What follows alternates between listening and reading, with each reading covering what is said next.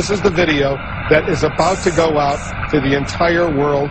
Watch this right now. We can't do it. Okay, which runway would you like at Teterboro? We're going to be in the... He was not breathing. They attempted CPR along the route to the hospital. K9 have decided to separate. Had sex with women.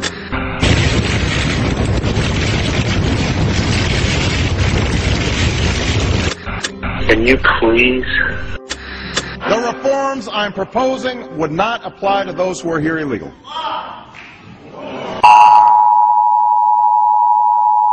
We interrupt our program to bring you this important message. They default altogether. It's a total collapse of the system.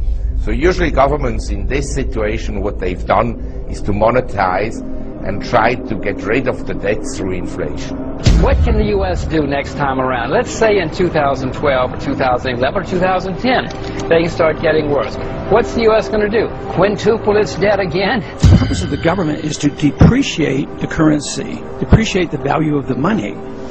And who suffers the most from that? Well, the poor people do, because their prices go up. The Keynesian solution to recessions, remember, the Keynesian solution is keep the boom going somehow. Keep interest rates super low, just keep fueling it. There's no reason that we shouldn't jump off this train, even if it's headed for a cliff. We step on the accelerators, keep it going. If we keep stimulating, if we keep printing, if we keep bailing out, within a couple of years, we're going to have a currency crisis. And what that means is the dollar is going to collapse, and the cost of living is just going to run out of control.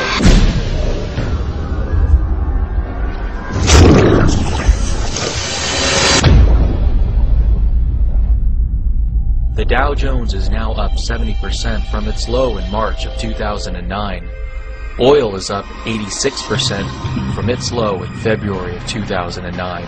Copper is up 172% from its low in December of 2008. Prices for almost all stocks and commodities have been going through the roof, having analysts on Wall Street proclaiming the recession is over and an economic recovery is here.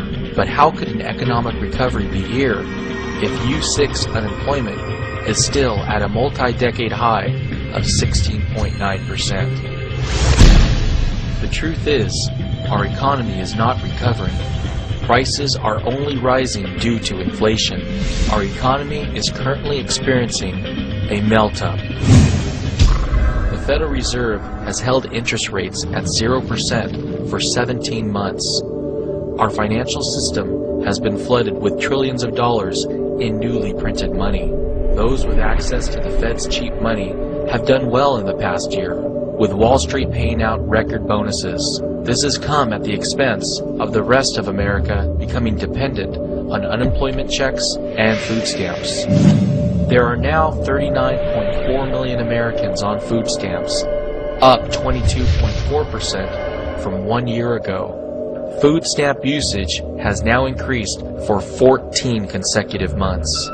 In 2009, Americans received $2.1 trillion from the government in the form of transfer payments, which equaled the $2.1 trillion they paid in taxes. In 2010, the government will pay out more in benefits than it will receive in taxes, and the U.S. budget deficit is projected to reach $1.6 trillion. Government spending has gotten so far out of control that if Americans were taxed 100% of their income, it wouldn't be enough to balance the budget. Nobody admits that this country's bankrupt, but they're still spending. The worse the problems get, the more they spend, and the bigger the debt gets. And this can't last, and I think the handwriting's on the wall. When Medicare was created in 1966, it cost $3 billion per year, and the House Ways and Means Committee estimated that the cost would rise to $12 billion per year in 1990. The actual cost of Medicare in 1990 was $107 billion, 792% more than projected, and today it costs $408 billion annually.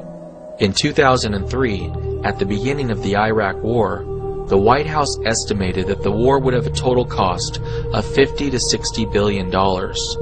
In reality, it has already cost $713 billion, over 1,000% more than projected. The Congressional Budget Office is estimating that the recently passed healthcare bill will cost $940 billion over the next 10 years.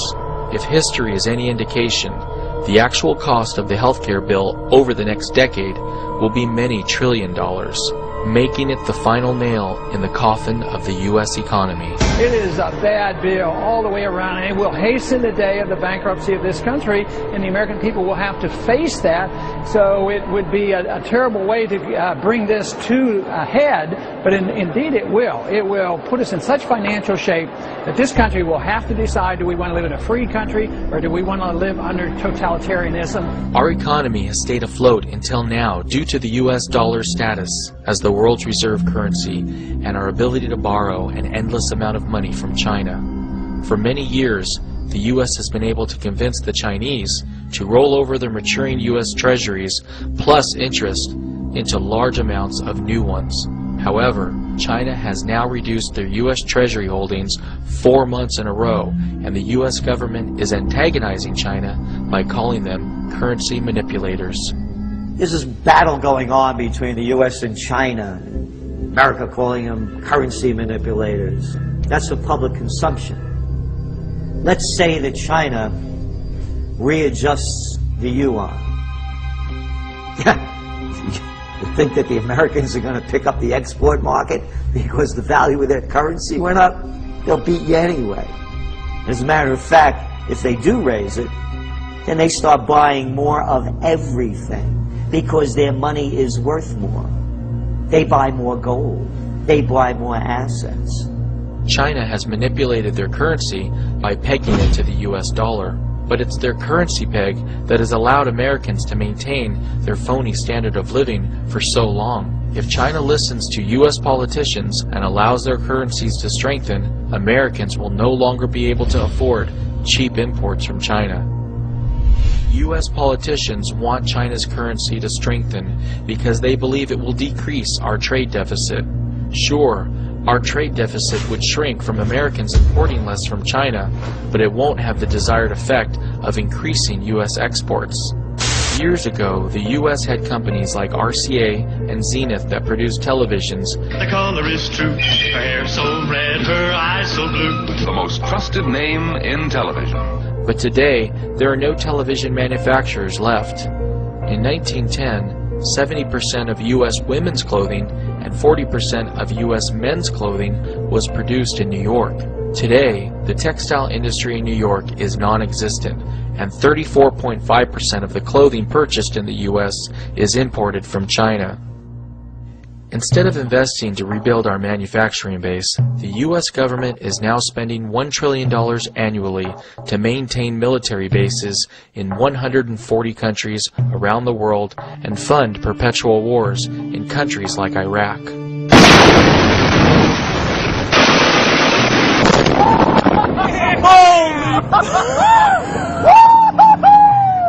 War after war after war, and draining us $1 trillion a year to finance our empire, and being in 140 countries and have 700 bases. That can't be sustained. That's what always brings empires down to their knees. It's the financial problems, and we're in a financial mess. It should be clear to anyone that neither China nor India nor Russia have any interest at all that the U.S. succeeds in Afghanistan. That should be very clear.